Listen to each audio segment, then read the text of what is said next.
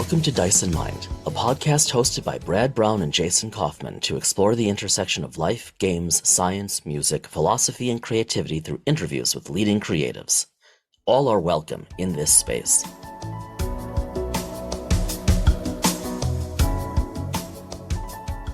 We get so many folks to join our podcast that are creatives that create the material that we get to game or that we get to consume, whether it's by the stuff that they write and that we read, or the stuff that we watch on TV, or even the stuff that we listen to, whether it's podcasts or it's music.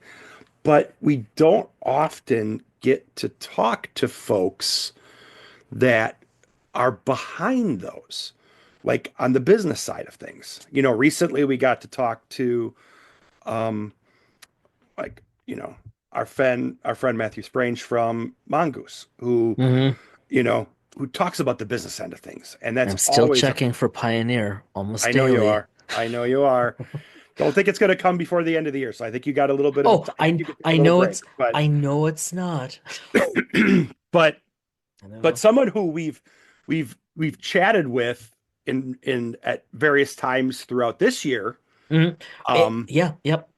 uh, for various reasons, just because of stuff that we've done with various products, is Sophie May from Modiphius, who's a Mm-hmm. PR manager. Mm-hmm. um and at one point, you asked her and you said, hey, you know what, because of what you do, we're kind of fascinated because we don't get to talk to folks as to how you engage Yeah. and what your role is. And just with how Modiphius has grown with board games and with RPGs and with everything that they've done with not only um, the IPs that they've acquired this year, Mm-hmm. Mm-hmm. Mass Effect and Space 1999, the stuff that they did last year with their Dreams and Machines, the one that they've built, um, Octoon Cthulhu, all of those things. But, Right. what is, what goes into that? How do you handle all that type of? I think long-term listeners of Dice in Mind, first of all, if you have been listening for the past 3.5 years, almost 4 years, sorry and thanks. Hmm. But I think, long-term listeners know from our interviews that inevitably when we're talking with creators, because a vast majority of our interviewees are our guests are creators and doing one thing or the other, but invariably, inevitably, we strike up conversation about, right, the back end, Hmm. about the not just the thinking, creativity, writing stuff, but the production, the how the sausage is made, as they say.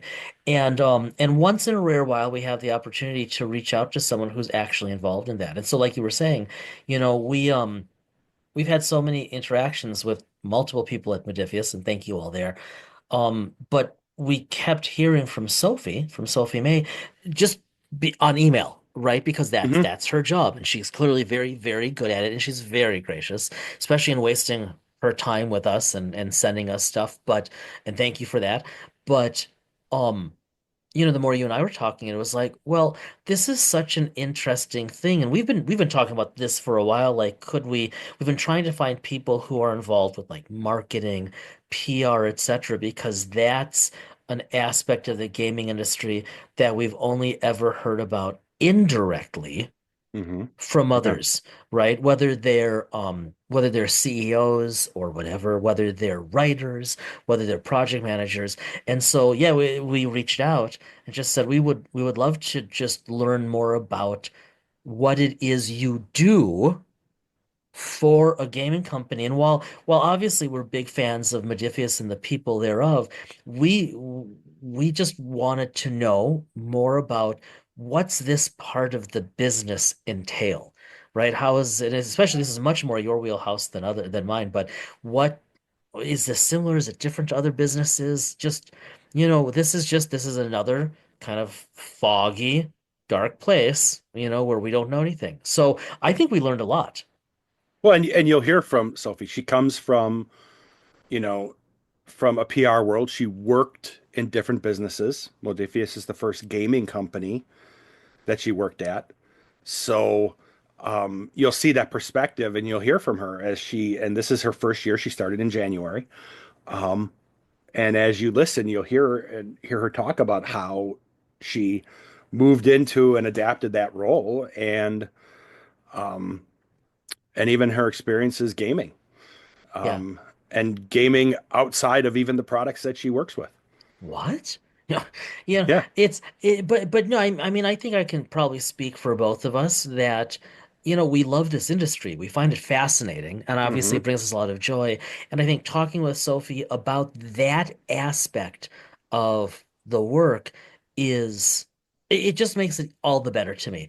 It just makes it all the more interesting, right? Because you always say you like peeling, I don't know, peeling the onion, peeling back the shade, whatever belabored metaphor we keep using, but Oh, it peeling back the veil. Yeah. peeling back the veil, right? Not that we're gonna marry anyone about this, but um it's just cool. It's just the more I learn about the industry, the more I'm taken with how fascinating it is. I don't know. I just think somehow, Brad, that makes the products that much better. Yeah, absolutely.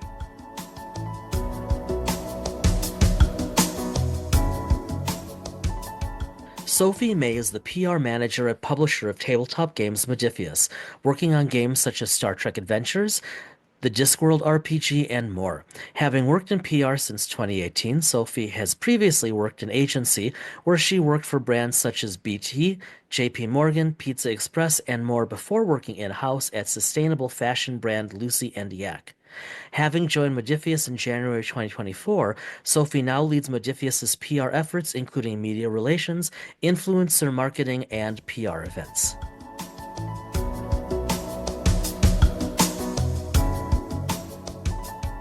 I always like we get to talk to folks that do like creating the content, when we're talking about games and things like that, but we don't often get to talk to folks that work within the business of gaming Yeah. companies. So Sophie, we're really glad to have you join us today, and we've been talking with folks with Modiphius for a while. We've talked with Hmm. Chris. We talked with Jim and the folks on the Hmm. Star Trek and Dune lines for a while, and obviously we've chatted in email, Lots of um, times. Hmm. Yeah. lots Yeah. of times. So being able to connect and being able to talk, even though they're hearing us, we're seeing. Um, Being able to do that for the first time is always very cool. So why don't we Good. dive into it? How did you? Um,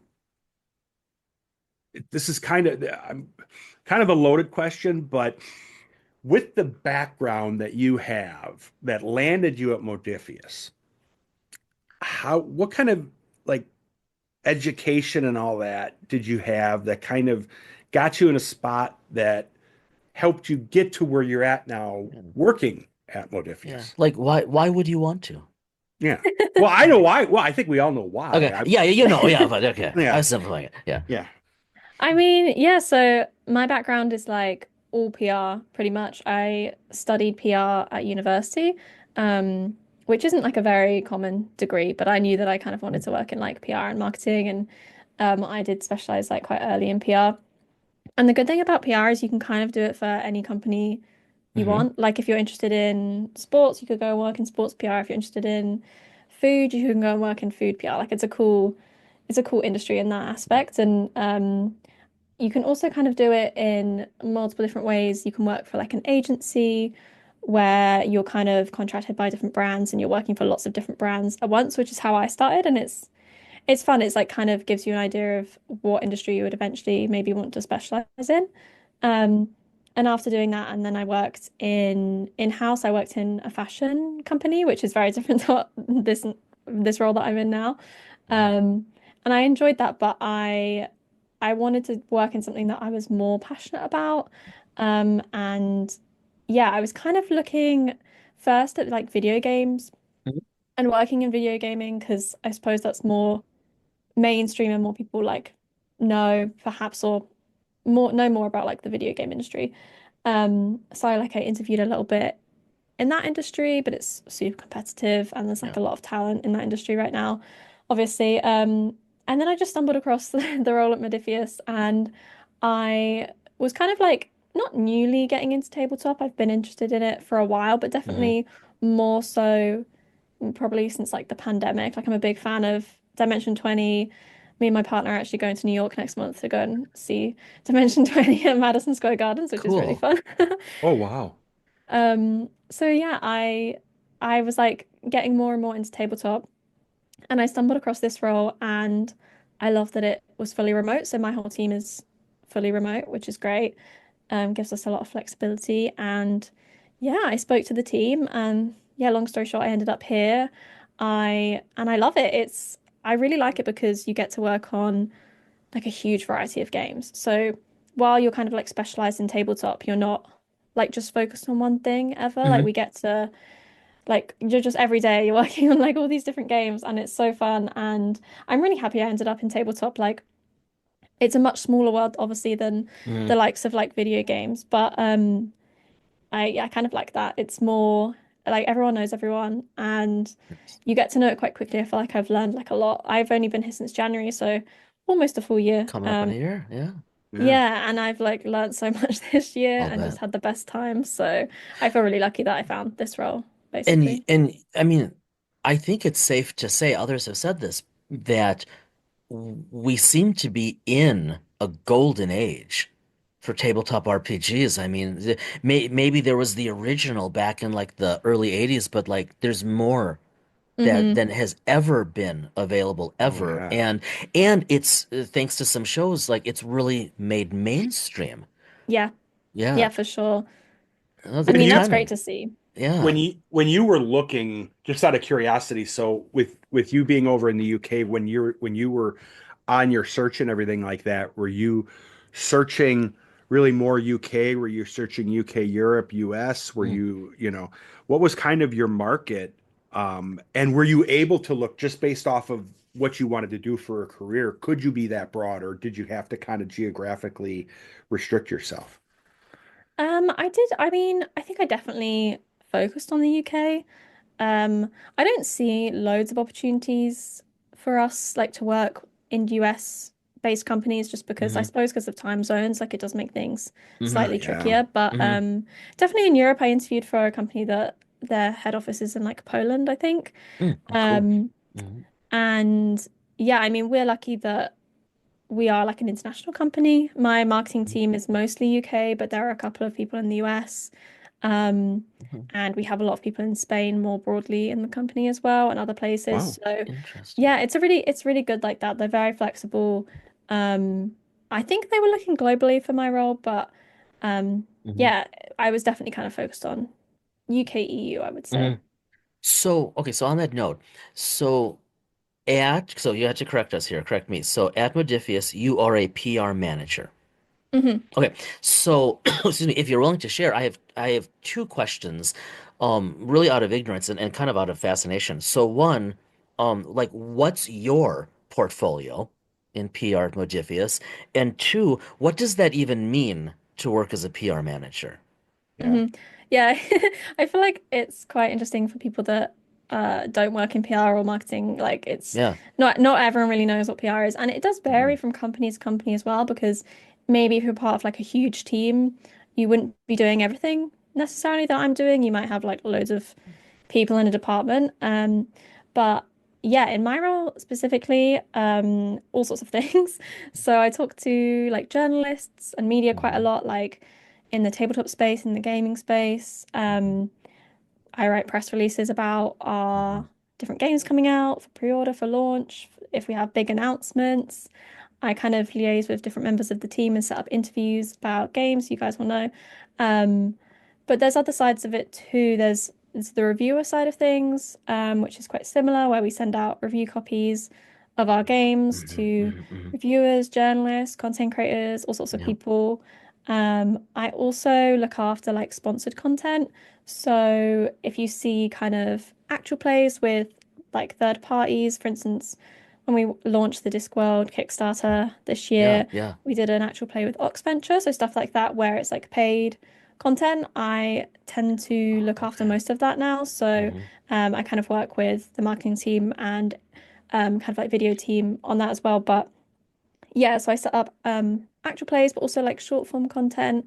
So like Instagram Reels, TikToks, YouTube Shorts. We're kind of doing more and more of that where we do paid for Hmm. content.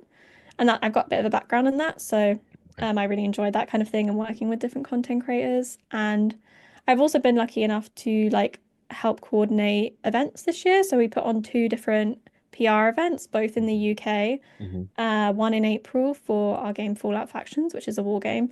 Up in Nottingham, we held like quite a small event with different like war game influencers and journalists. And Okay. then Yeah. just recently in November, so yeah, last month we put on an event for Mass Effect, the board game, and that was again with like board game influencers, also crossing over into like video game because of Mass Effect. Um, and they're basically just like launch events to, yeah, celebrate the launch of the game, get people in playing it, talking to Chris about it. Um, and that's something I hope that we can keep doing more of next year. But yeah, so the role is super varied. Basically, I don't do Yeah. the same thing every day by any It's means. really cool. Um, and yeah, I think that's most of the things I do. Um, but it's really varied. And like I said, I think it does depend on like what kind of company you work for because huge companies have like whole departments just for influencer marketing, but or just for PR or Yeah. events. And events does cross over as well in Modiphius. We have someone that looks after like our conventions and stuff, and he also helps me with PR events. Um, but that's yeah, that's generally kind of what I do Do you as a get role. do you get to go to many of the events? Yeah, so both the PR events that I mentioned, I went to and helped host those. I went to UK Games Expo this Hmm. year, which will be Yes, at we saw some pictures of you, I think, when Hmm. you, and I think when they launched, what was it when you launched? Was it Dreams and Machines when you launched earlier this year? Mhm. Yeah, I think we saw some pictures of Hmm. you um, at some of the Dreams and Machines launches. Maybe I'm Oh, mistaken, okay, but so what's your portfolio then? Like it sounds like you are involved on the PR side with a lot of the games. In terms of the games, yeah, every game. Yeah. Every Yeah, game. pretty Okay. much. Yeah, yeah. So, Jeez. other than some of the Via Modiphius games, so our support for the Via Modiphius games varies from game to game. We do Hmm. like to support those games as well, but we're not like the publishers of those games. But Right. every game that Right. we publish, yeah, Mhm. I'm across in varying levels depending on Wow. like what our priorities are. So yeah, that's why I say like it's such a varied role, but I love that. I Yeah. love that it's not just like one thing. And I get to work on just about everything. So yeah. and That's like before fascinating. you came to Modiphius, you said you kind of worked in like clothing and all that, and you've probably and it sounds to me like you worked at organizations, so you've been able to see what it was like working at a smaller company versus a larger company. Smaller company, more hats, larger company, fewer hats. Hmm. Um, more hats, more to juggle, um, but keeps it fresh every day, right? Hmm. Hmm. So, um, do you get a chance to, in this role, do you get a chance to like play? You Yeah, know, I mean, it's in do you mean in terms of like just doing fun things, or do you mean like taking like kind of like like playing testing the games? Have you or had to playing the like, games? yeah, That's something I wish I had more time for. yeah. I mean, That's doesn't a everyone? Yeah, I own a lot of our games you can't see.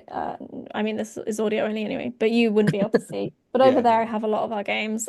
love that. I have some down here as well, and yeah, I mean, that's something I wish I had more time for. I mean, currently in my like personal life, I mostly play D&D, but I Interesting. I Okay. actually got a couple of our board games just recently. Um, and yeah, I'm a big board game person. So like I've got our Mass Effect board game, which we're actually talking about playing that over New Year's. So maybe I will actually get to play more of our games. Nice. And also we picked up we have like a little Agatha Christie card game and also the Star Oh, Trek Lower Decks card game. Both of those yeah. arrived like this Mm. week at my house. So I'm really excited to play Oh, those. cool. I haven't. Mhm. I'm not a. I'm not a board game person. I Mhm. just. It just. I mean, there are some I like. Don't get me wrong, but I just. I'm just. And Brad knows this, right? I just. It's even as a kid. It never. Most of them don't hook me. That said. Obviously I like Star Trek, and I have loved Lower Decks. I just today is the first day of my winter break from university, and so like I'm not chomping at the bit to get through the week, but I really want Thursday to come so I can see the final episode. Mm-mm. I'm really curious about the Lower Decks board game. I'd be lying if I said that one didn't pique my interest Card because game, it. Mhm. right? I'm sorry, Card well, Card game, card yeah, game, yeah. I card in game. my mind Same it's all the category. same. Thanks. Yeah. Yeah, I'm very curious about it. But I want to come back though. What about D&D?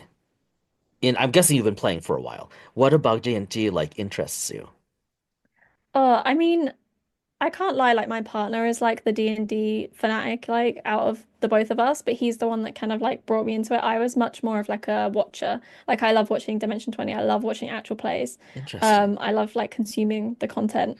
And Hmm. that's kind of what like got me into playing. I mean, it's tricky like because he's got like his group online, but we've like this past year or so like gotten an in-person group as well.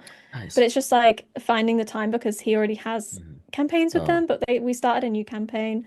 Um, but yeah, he is more so like the D&D fanatic. I would say I'm more like, yeah, like I said, the consumer of content. Like I yeah, watch a lot of stuff, and yeah. I also we're both heavily into board games, which is something we do at Modiphius as well, which is yeah, really cool. But I would love to play more of our RPGs. I would love to play Dreams and Machines. I would like to my friends have been asking to run a game of that, so that might be something that I do next year. But I have all the stuff for Dreams as well. Like Dreams Machines is a really nice RPG if you guys have Looks checked it out. beautiful. But Yeah. yeah, so I would love to play that. It's also quite beginner friendly for Mhm. someone like me. Like I've never GM'd, so Oh, I would maybe try out yeah. Dreams Machines.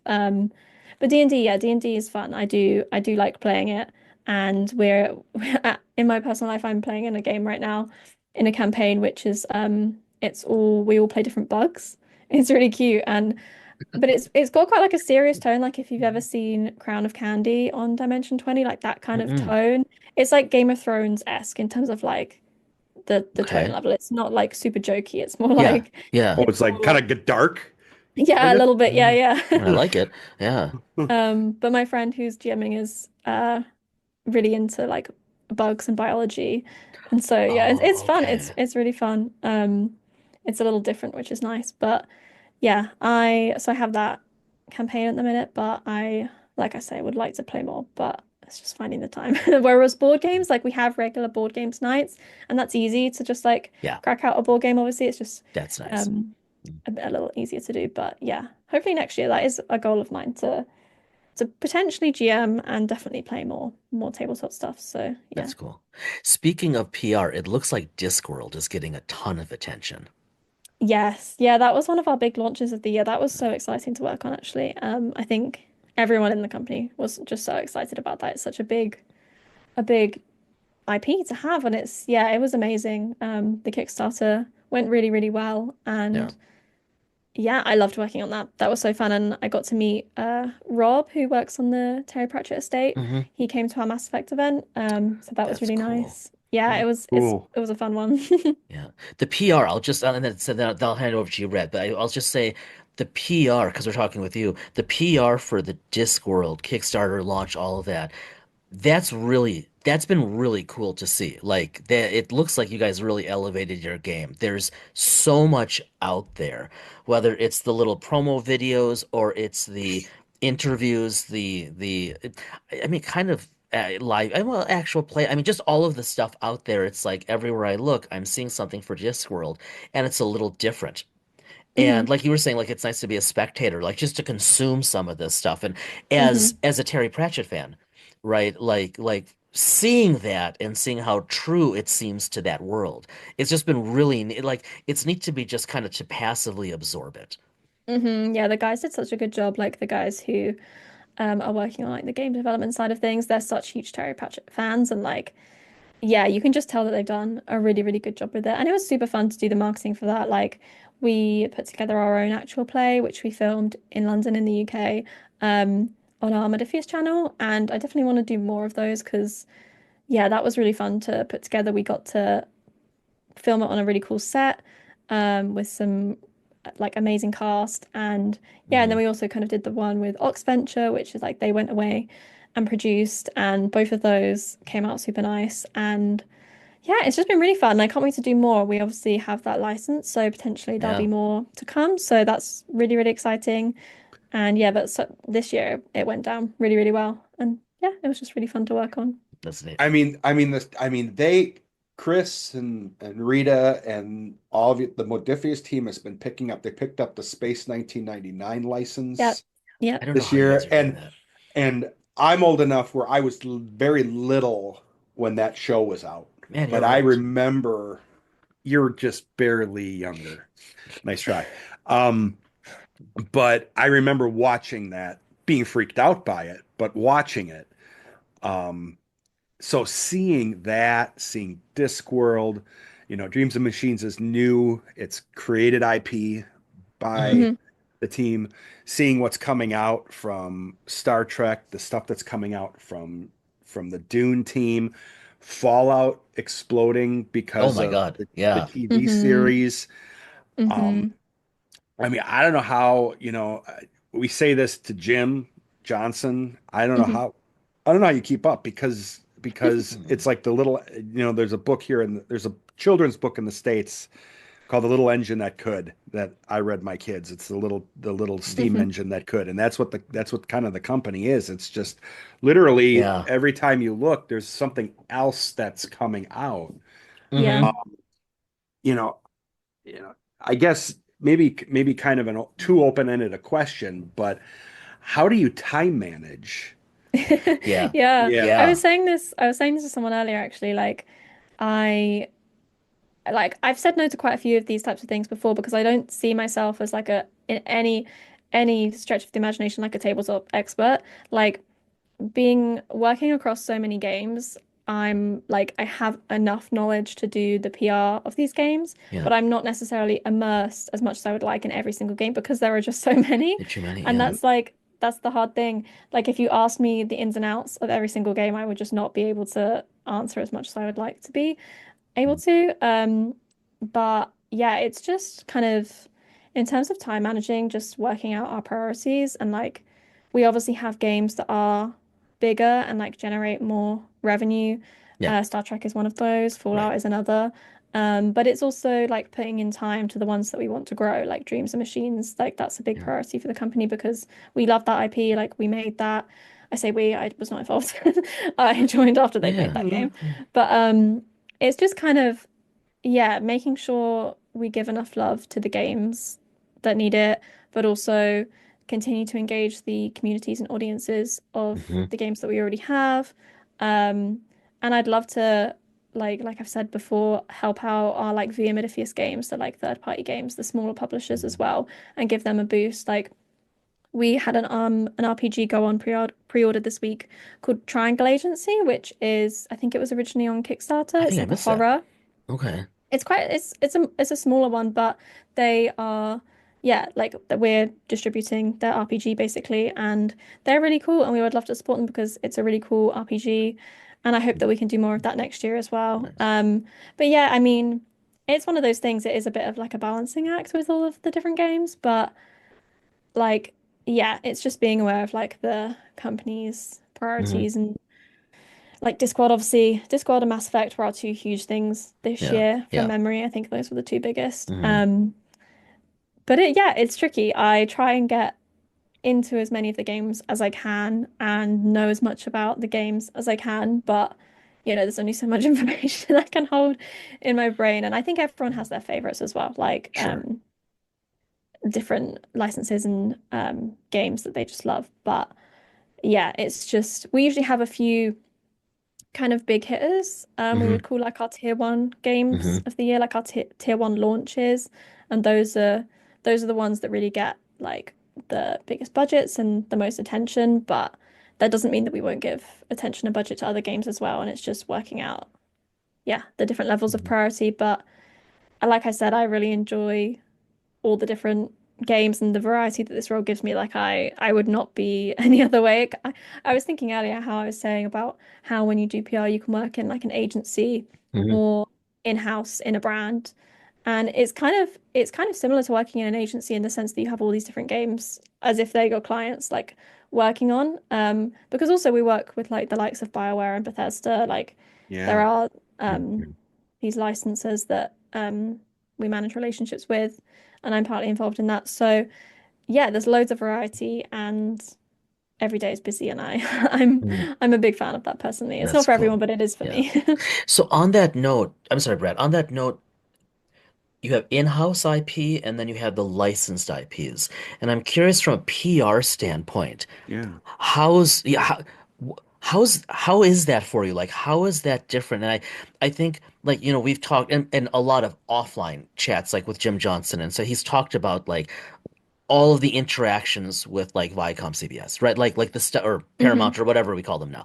But hmm but like everything having to be checked. But from a P like that's content. I get that. From a PR standpoint, presumably in-house, you all do what you want to do and get approval to do, which is very neat. But with these licenses, hmm what's that like for you and your office? I mean, for me, it's not too dissimilar because a lot of the approvals and stuff go through kind of like Mhm. the project management side of the Oh, games. okay. But we do still have to get approvals on like PR for like press releases and things like that. Mhm. It just kind of adds another layer to be honest in Okay. terms of approvals. We're still very much kind of leading the way in terms of ideas and what we want to do. But yeah, there is ultimately someone that can say yes or no at the end of the day, whereas for our own IPs like Dreams and Machines, Hmm. Acton Cthulhu, things like that. Yeah, we definitely have more freedom and things can be potentially done like a little bit quicker because of that. Yeah. When you've got like a licensor to answer to, then yeah, it's sometimes a little longer, but ultimately we're still the ones kind of coming up with the ideas and um, yeah, leading the way in that sense. So yeah, it just kind of adds another layer, but it's not too dissimilar, at least for me, day to day. Theoretically, so I'll play a theoretical game. Let's say that Modiphius like goes and grabs um an IP from a software company, like a Mass Effect or something like that. And they're going to develop a game, whether it be a board game or a RPG. How early do you get involved? Um, before the consumers like Jason and I even know that something like this is going to drop, hmm even if there's like a Kickstarter or anything like that, Mm, like a Discworld, for example. Hmm. Hmm. How early are you involved in helping to kind of develop that type of material before we even know that it's coming? Pretty early. Yeah. It's hard to say because obviously I only joined this year, so there's only so much that I've been like exposed to. But Hmm. yeah, they really try and bring marketing in early. It's kind of like, especially me, like the marketing manager and my manager who heads up our whole department. Yeah, we're brought in pretty early just to kind of steer the marketing direction and, say how long we need to do certain things. Like I've pretty much this week actually, me and my the marketing manager, we've been planning budgets for next year, but like the whole of next year. So we know what's Wow. coming Wow. between the like January and December. At Jeez. least Yeah. hopefully, if everything goes to plan, we know we know what will be coming for the whole Sure. next year. Yeah. So we're putting together budgets and just kind of planning activities, at least broadly for the whole year. Um, so for instance, like if we have like a Kickstarter next summer, let's say, um, we're already thinking about that now and trying to kind of think about the audience that we'd want to reach, just general marketing activities, the budgets we'd need to do that. Yeah, they try and bring us in early, which is really helpful because I think it's a lot easier to market a game when you've seen it from its early stages rather than like jumping in Sure. on the end. It's like, one, you're not as invested in it necessarily, and two, you've kind of been on the journey with like the whole team. So yeah, pretty early, which is nice, and I definitely prefer that than yeah coming in at the end for sure. So out of curiosity then okay, so then you're planning a year out, you're budgeting a year out, you're planning a year out. So meanwhile, you have all these content creators who are churning away on their games. And of course, you've got all the project managers who are overlording or overseeing each of those projects. hmm Does maybe the answer is yes.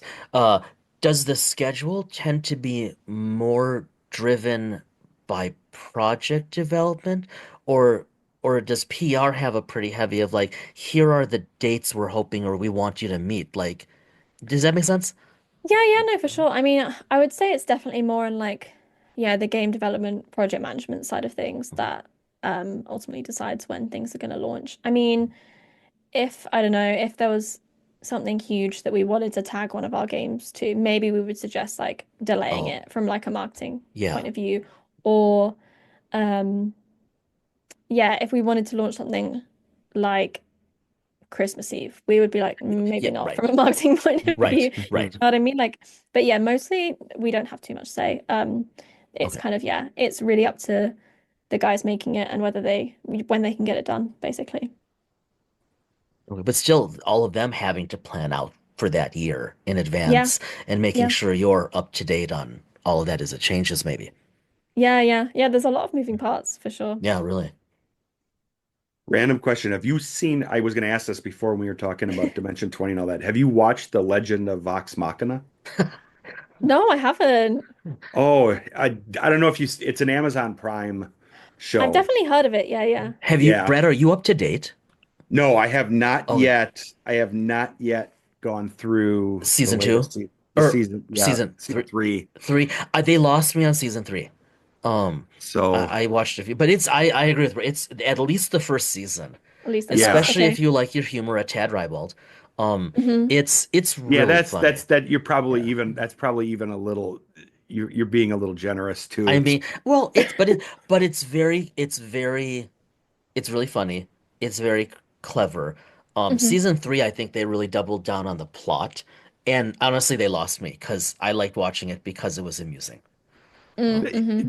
it's amusing. It's probably first season was they were a little crass very early on. a little, yeah, Yeah, and then but it got a little less crass, but that's another show where if you want to add some humor yeah, into, but it's Critical Role if you're familiar with Critical Yeah, Role. yeah, yeah. yeah. It's But it's it's literally the animated and Critical Role. but Yeah. I will say Vox Machina, at least certainly in that first season, they really like you can feel their adherence to the game mechanics.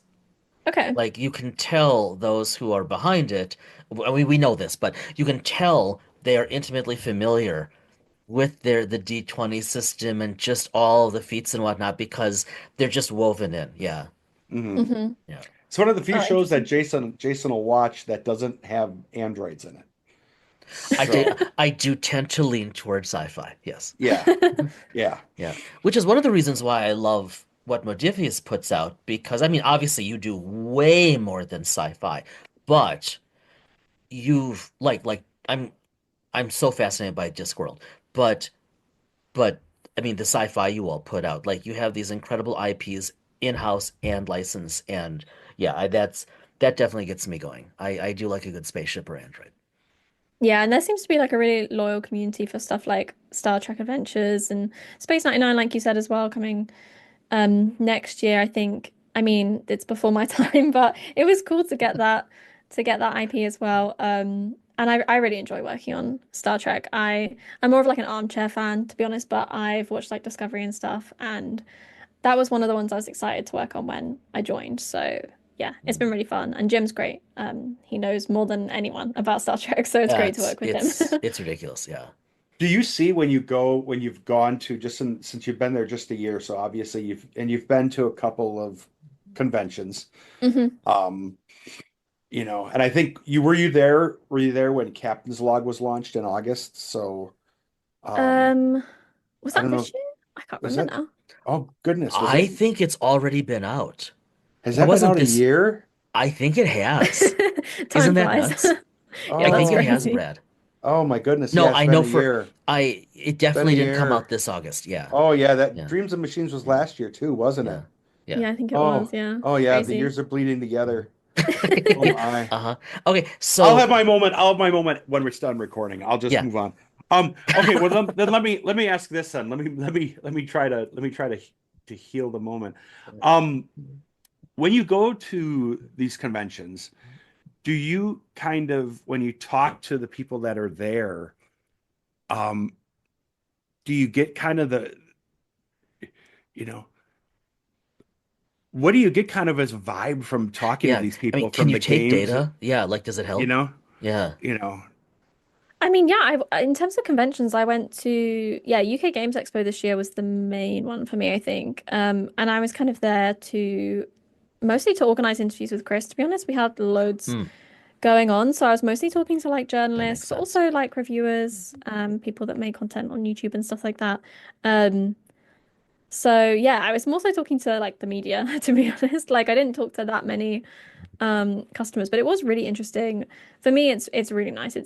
For me, it's a chance to get to know like people that I talk to on email like every day, and it's really helpful. I think I'm going to be at Gen Con next year as well. I don't know if you guys go to Gen Con, but Cool. Not yet. We talk about it. yeah. we've been talking Yeah. about it, and see, Gen Con. Jason and I are from an area of the Yeah. U.S. where Gen Con originally started.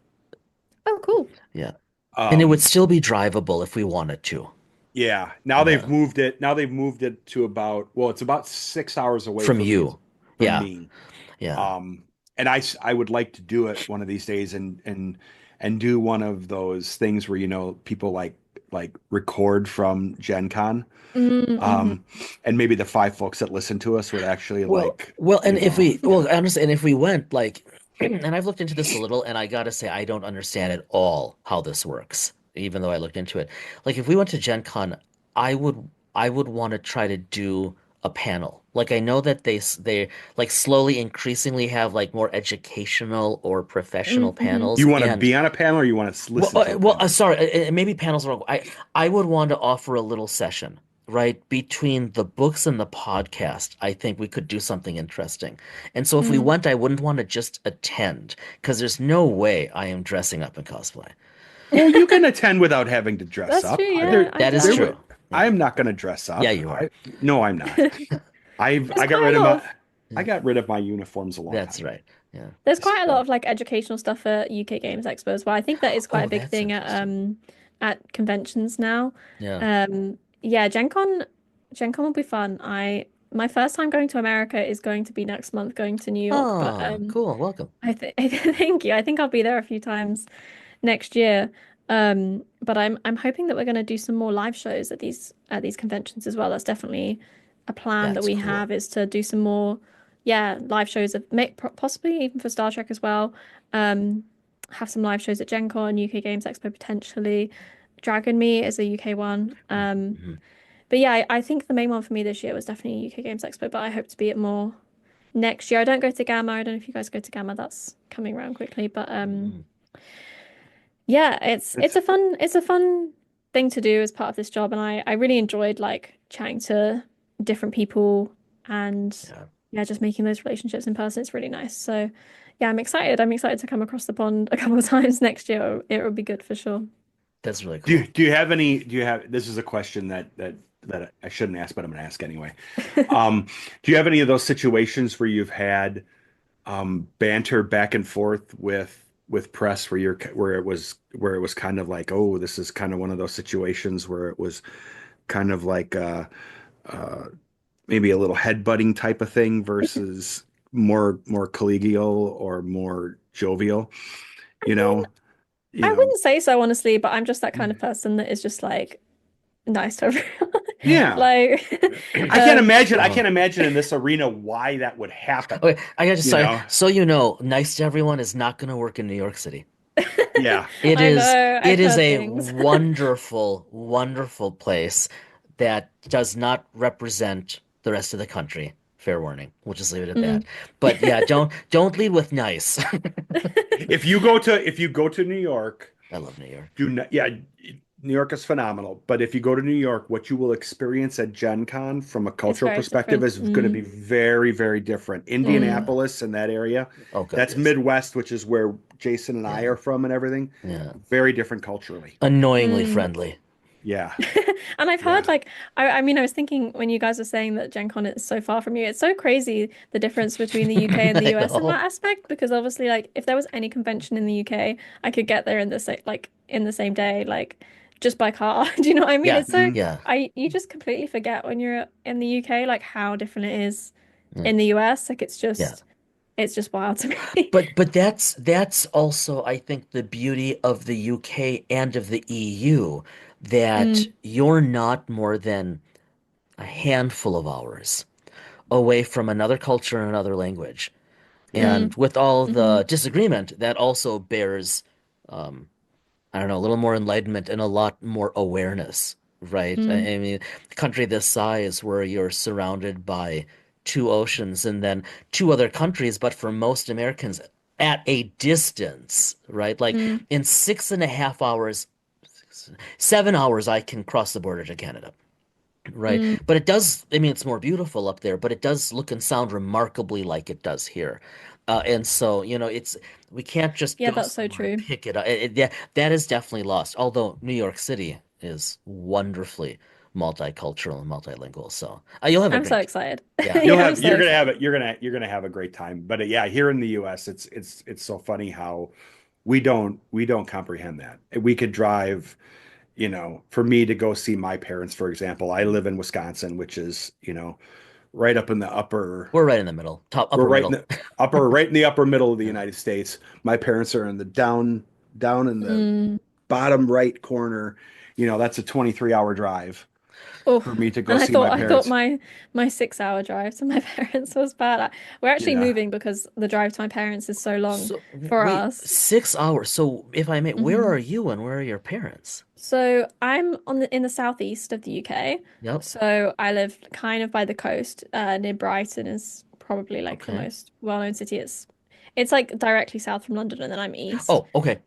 Whereas my parents live in Cornwall, which is the Oh, very Oh, southwest. It's like as far southwest as you could possibly get oh, in the cool. UK. They live, and you wouldn't think it takes that long, but there Oh no, isn't I can like see that. the motorway No, no. stops after a certain amount of Yeah. time, and you're not on a motorway anymore, and you hmm kind of have to take like slower roads. hmm And yeah, it takes us a good on a really good day, maybe five, but like that's you're probably not stopping. Um yeah, we're actually moving next year down to the southwest, which is like the such a nice part of the UK. I feel very Must be lucky, but beautiful out there. yeah, the beaches they have over there is so nice, and we're moving like basically an hour away, which is going to be such a treat. The southeast where I live at the minute is also the most expensive part of the UK, so I'm happy to Oh, say goodbye to right. Yeah, yeah, say that. yeah. goodbye Yeah. and get out. Okay, Yeah. so one last final question. This is really dumb, but I really don't know. Where is Modiphius actually headquartered? So we don't necessarily have like a headquarters Yeah, as okay. such, but we have an office in Nottingham, which is in Oh. the Midlands, East hmm Midlands of the hmm UK. I believe I did used to live there a while ago now, but yeah, in the East Midlands, that's where we have an office for like game development. So the people that Okay. are behind like designing the games. Obviously that's kind of a lot easier to do in person. So yeah, we have an office there. But my whole team, the whole marketing team is remote. Like I said, we're Right. in the UK and US, so everyone's kind of all over the place, um, which is really nice. Yeah, it just means that I can move and not think too much about it because I work remotely, Absolutely. which is yeah, a big privilege. But yeah, so really we're kind of based everywhere, but Yeah. Nottingham is where we have an office. So yeah. Oh, neat. Okay. That explains that. Hey, thanks so much for taking the time with us No today. problem. I Really love appreciate it. I love being able to talk. We love talking with folks that work at companies that produce the products that we love. And being able to talk to someone. In all honesty, I know you're like you don't, I'm not like you said before, you don't produce the game, so you don't necessarily know why people would want to talk. But the people that sit behind the operational stuff, you know, to It's equally me, fascinating. it's equally Yeah. fascinating, you know. Yeah. There's lots of great interviews. We have people on there that hmm talk about the creation of the games, but let's be honest, and it bore itself wide open during the pandemic when we Yeah. saw supply chain issues and all sorts of stuff. The challenge is Yeah. once you write the product, it's great to put pen to paper and design something, but there's just so much that needs to go into a game besides putting pen to paper Yeah. or Mm, to Yeah. get something out there. And we see that. We're seeing that with Dreams to Machines, we're Mhm. seeing that with Discworld, we're seeing that with the board games. Well, I think Brett, for you and me, I think some of our favorite discussions have been with people like you, Sophie, where it's that aspect. It's not the people writing, always interesting, but it's Mm. really hard to find conversations like this available. Yeah, And Mhm. sorry, Jim Johnson, you suck. We like Sophie better. oh, You know. No, I like being able to talk Sorry, about Jim. I'm kidding. I'm kidding. I'm God, kidding. don't burn that bridge. Jim's great. I'm kidding. I'm kidding. No, yeah, I love talking about PR. Like I said, PR is what I've done since I left university. So I like to think Yeah. that I know, like I'm able to talk about it, and I don't feel like too I feel confident enough talking about it basically. So and I find it Mhm. really interesting. I love my job. I'm one of those people So that can cool. actually say that I love my job, and Outstanding. it's great. I've had the best year here, honestly, and yeah, I just feel very lucky. My team is lovely, and yeah, I'm excited for next year. We've got some fun stuff coming out. So yeah, it's You been are great. Modiphius is on a roll right now. I mean, literally just with I mean, it's just and So I don't much. mean this Yeah. I don't mean this in a I don't mean to minimize this, but it's this air quote, I'm air quoting small company. All these IP products are coming out for all these products are coming out unique IP, like you said, you know, the Cthulhu products, Dreams and Machines, unique ones. Um, you know, Mass Effect, they have Homeworld, they had, Yeah. they have, It and you get to play in all of these, right? In yeah. all of these, which Yeah. is I really mean, they're coming, it's really lovely. Yeah. all this IP, all these IPs that are just phenomenally large that the team is picking up and running with and coming out with Mm. quality material. Um, it's just, I was gonna, I was, I'm literally running out of. This is my wallet. Oh my God. Yeah, don't even get Brad started on Yeah, I mean, I think you are the reason why so many pre-orders are successful. yeah, yeah. It's terrible. So terrible for my wallet, Well, we'll but have more games next year. okay, So yeah, Oh, oh, we're ready. yeah, Yeah. we're ready. We're ready. But thank you So much. Yeah. for everything you've done, and thank you for the time today, and we no really do problem. Thank you appreciate it. for chatting to me and just inviting me on. I appreciate it too. So yeah.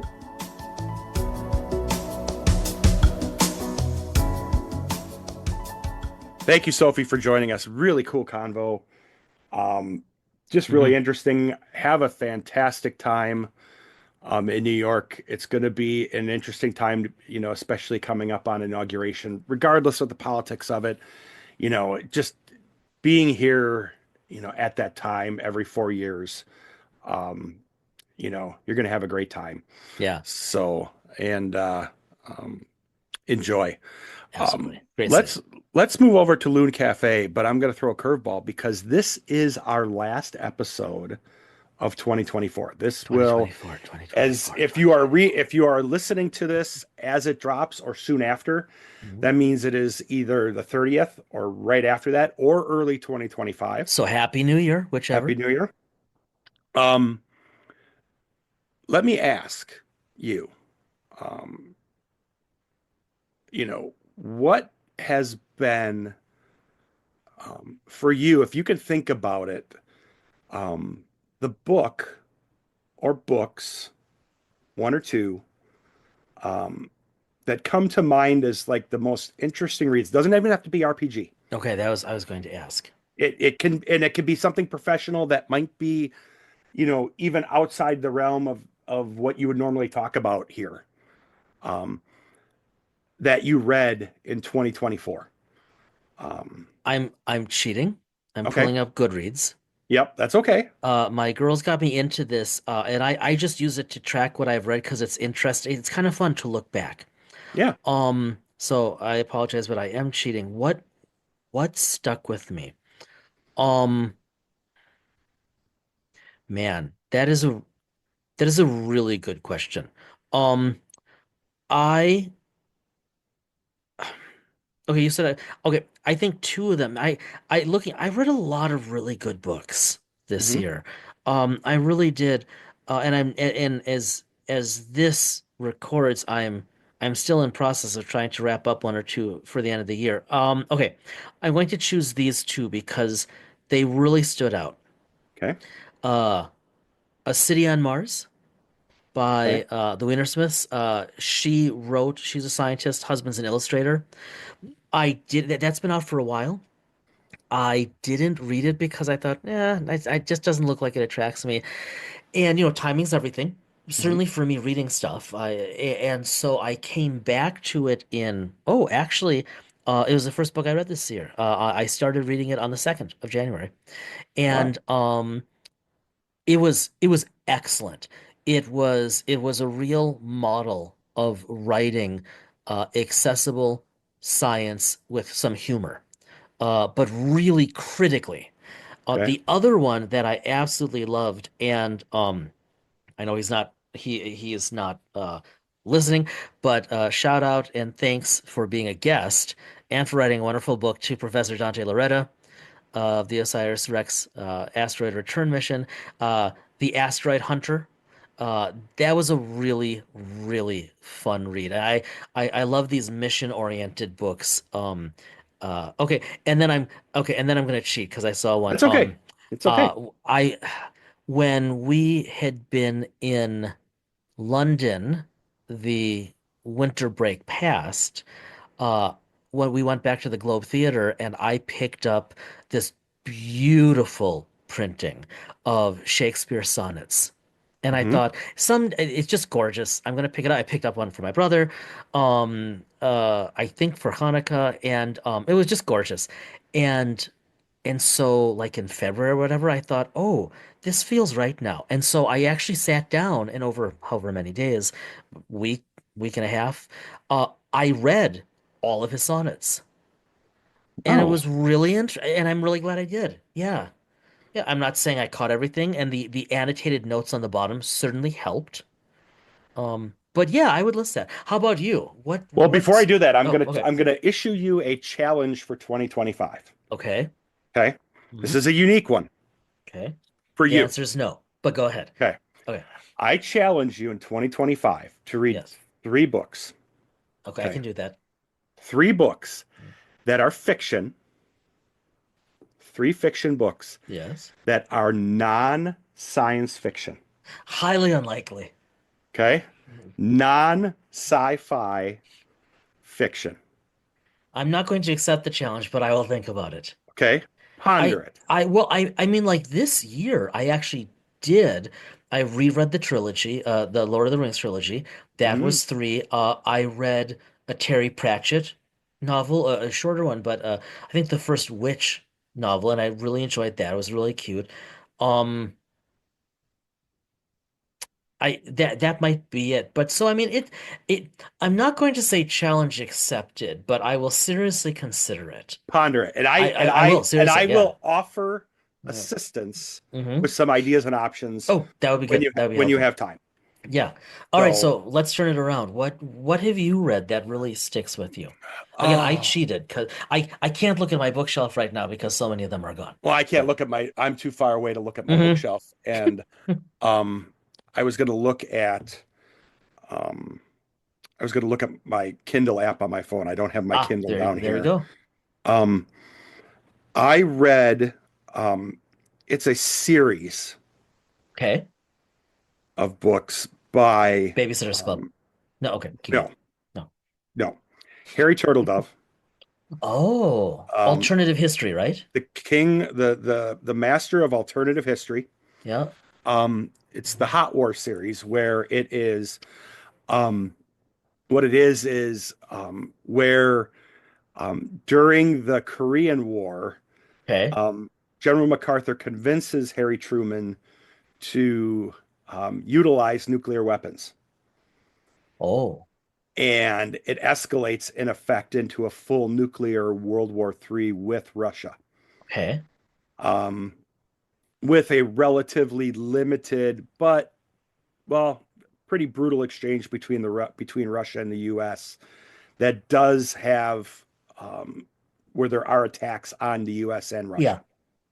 Russia. And so it's a 3 book series. I read that in the middle of the year Okay. on my Kindle. Um, and I took my time. Um, I took my time doing that. And then I have that and ultimately, I think some of the other stuff that I've been reading, um, I don't want to get too deep into because it's been faith oriented Yeah. and but it's more academically focused Mm-hmm. and and but I have been deep into this into fourth edition GURPS. I am aware. So I think for me, in all honesty, I think between the Hot War, there's been a lot of stuff I've been reading, and you and I have a book that we still have yet to discuss that you purchased for me. Remember? Oh. You remember this? Oh my God, which I'm just I'm tired. I've been moving books much of the day. The Uh Atheist. I can't the remember the. Atheist Manifesto. Yeah, yeah. I don't No. think it's the No, manifesto. no. Sorry. I have it Oh, no, no, upstairs. no, no, no, no. Not the agnostic something. Yes, it's yeah, hold on, I'll look it up. This is great live on the air here. Yeah. This is a good recording. Um yeah, so that's interesting. We still haven't talked about that. But I think at this point going into 2025, you can name it with the author. oh yeah. Um, Well, no, here we go. I'm sorry. The Tech Agnostic yes. by Greg Epstein. Yeah, Yes. how yes, we need to talk about that. That's it's an interesting I have my issues with it, but it's an interesting read. It's an interesting read, and I bring that up as because it's we haven't done like one of those reads where you sent it to me with the idea that we were going to discuss it, whether or not it ended up being something part of the podcast or not. Um, Yes. and it probably will, just because um, there. I was watching something on CNN tonight about Sanjay Gupta was talking about this about um, I can't remember the term he was using, and I again now I'm going to do this on um, and I wish it would show up right on the front of the page, and it probably won't. Um, he was talking about how people spending so much time on um, Heck, screens? on their screens Yeah. and how it is actually hurting your brain rot. Excessive phone use can do what it can do to your brain. Interesting. Um, and I watched that and it tied me into because I have that book still sitting on my table because it is a constant reminder that after Yeah, you get back from your travels, we need to we you're right, we need to talk we about have to that. wrap around it. And Yes, there's a good. faith component to this that I have yet to talk to you about. Yeah. Um, that's interesting. Um, that's independent of it, but it kind of inadvertently ties into it. But um, it's that book is important because it spurred um, it has spurred a larger, I think it will spur a larger conversation. Yeah, But that's the goal. from a gaming perspective, um, I think GURPS has been a big one for me. Yeah, you spent a I'll lot of say, time with that. yeah, in 2024, just because of how broad it is, Hmm. and in all honesty, the games that I've picked up in 2024, and I, you know, Troy Green Ronin picked, um, was able to provide me with some stuff from the pre-transport Union Expanse Edition stuff, and Uh, um, I will say that going into 2025, I have been overdoing doing this. I did not spend much time on TV in 2024. no. I just was Mm, not. I was not in yeah, the right mind. uncharacteristically, Yeah, I very was not in the minor. right mind Yeah. space for it. Yeah. Um, but I told Trent, my son, last night that um, uh, the 26th will start my Lord of the Rings. Um, S- I'm 2 years. It's been 2 years since I've binged it. I look forward to receiving copious texts while traveling as you watch your way through those films. As I said I wouldn't with you, but I am going to be reading it Yeah. using The edition, yeah. the edition that you and I purchased last Yeah, year. yeah, that's a gorgeous. And you got the Hobbit one edition too. Yeah, Just I have all gorgeous three. printings, I have yeah. the Silmarillion, the Hobbit, and the Oh, Lord of the that's Rings right. ones. So, but that's it. That's it. You know, I That's think for enough. 2025, 2024 was the 2024 was the decade that keeps on giving. Yeah, Um, not the easiest year in many regards. I, you know, and I know it hasn't been for so many of you. If you Yep. had a good year, um, you know, bless you for that. I hope that it continues. I sincerely hope it continues for you in 2025. Yep. If it was a rough year for you in 2024, I do sincerely hope that things are better for you in 2025. Um, Mhm. you know, I hope it's better for all of us in 2025. We talk about this in our mental health episode. Hopefully, games, you were able to use some games to get you through Yes. the last part of 2024. If you're listening to this and you're looking for something to do for New Year's and all that, jump on Twitch and watch some games. You listen to Yep. Sophie talk. Sophie's a consumer. She Yep. doesn't, you know, watch Yep. some. There's so much to watch out there. Watch some games, roll at a real or virtual table with friends, play a solo. Yes. Just remember that you are not alone. If you're listening to this, then you are obviously part of the broader RPG community, right, globally. Yes. And there's something really good to be found there. Something really good to be found there. Once again, once more, Happy New Year. We look very forward to chatting with you all next year, also known as 2 weeks from now. In the meantime, emphatically, be well, stay well. We'll see you soon.